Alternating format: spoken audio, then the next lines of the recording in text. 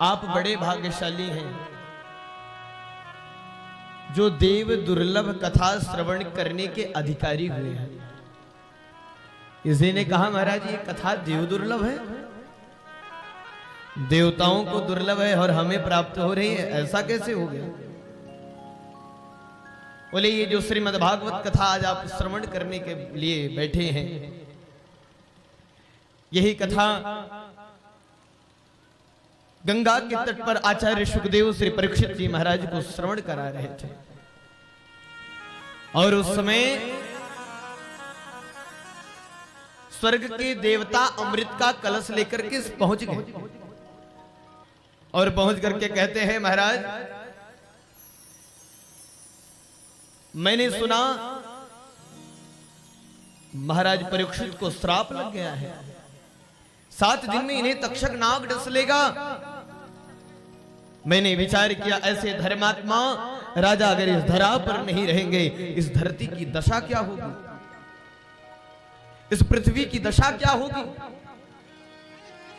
ऐसे महाराज के लिए मैंने अमृत का कलश उठाया और लेकर आपकी सभा में पहुंच गया। आप अमृत पिला दो परीक्षित को और ये मृत्यु के भय से मुक्त हो जाए। आचार्य सुखदेव ने विचार किया कि ये देवता इतने स्वार्थी और स्वार्थी देवता बिना किसी स्वार्थ के अमृत का कलश लेकर के सभा में आए हैं, ऐसा नहीं हो सकता। उन्होंने कहा देवताओं ये अमृत का कलश आप बिना स्वार्थ के लाए हैं। देवताओं ने कहा ना ना प्रभु, एक काम करो आप ये अमृत का कलश आप ले लो, अमृत परीक्षित को पिला दो और स्वर्ग के अमृत के बदले हमें ये कथा अमृत प्रदान कर दो। आचार्य सुखदेव ने विचार किया कि श्रद्धा से आते और कथा मंडप में बैठ जाते तो मैं इन्हें कथा श्रवण करा देता, लेकिन ये आकर के सौदेबाजी किए, कथामृत के अपने स्वर्ग के अमृत के बदले कथामृत लेना चाहते हैं, ये सौदेबाजी करना होगा और ऐसे लोग भक्त नहीं हो सकते, इनको हम कथा से वंचित कर देते हैं। आचार्य सुखदेव डांट करके भगा देते हैं। अभक्तास्ताश्च विज्ञाय न ददौ सा कथामृतं श्रीमद्भागवती वार्तां सुराणां दुर्लभा। देवताओं को अभक्त समझे आचार्य सुखदेव और डांट करके सभा से भगा देते हैं। मैं तुम्हें कभी भी स्वर्ग के अमृत के बदले में कथामृत प्रदान नहीं करूंगा, चले जाओ यहां से। अपने आप को बड़ा होशियार समझते हो ना, लेकिन तुम्हें मालूम नहीं इस दुनिया में कोई आदमी इतना मूर्ख नहीं होता जो कांच के बदले में मणि प्रदान कर दे। और तुम्हारा स्वर्ग का अमृत कांच की तुल्य है और मेरी कथामृत ये तो अमृत के समान है और कांच के बदले में कोई अमृत देने वाला नहीं है, चले जाओ यहां से।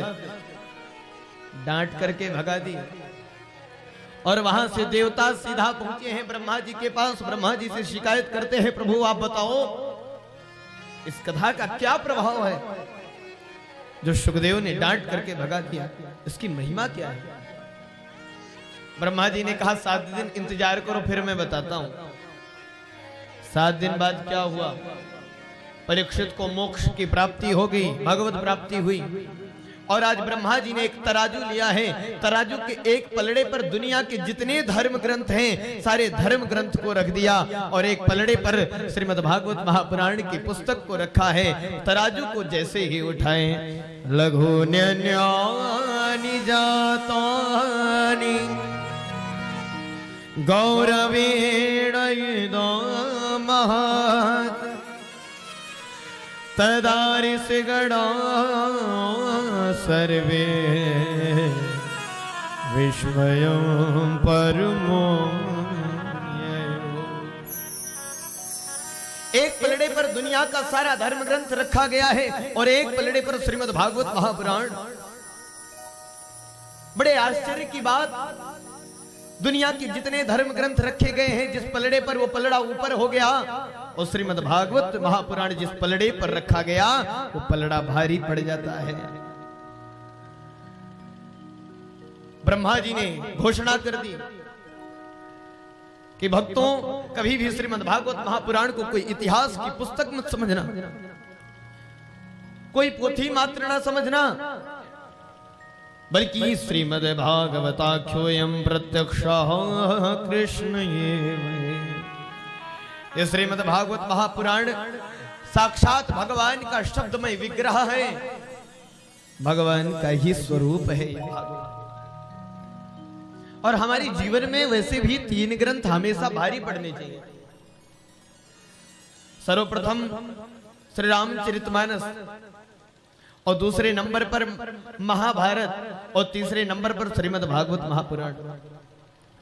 श्री रामचरितमानस हमें बताता है जीवन जीना कैसे चाहिए, इस संसार में रहकर के करना क्या चाहिए, और महाभारत बताता है क्या नहीं करना चाहिए। श्रीमद् भागवत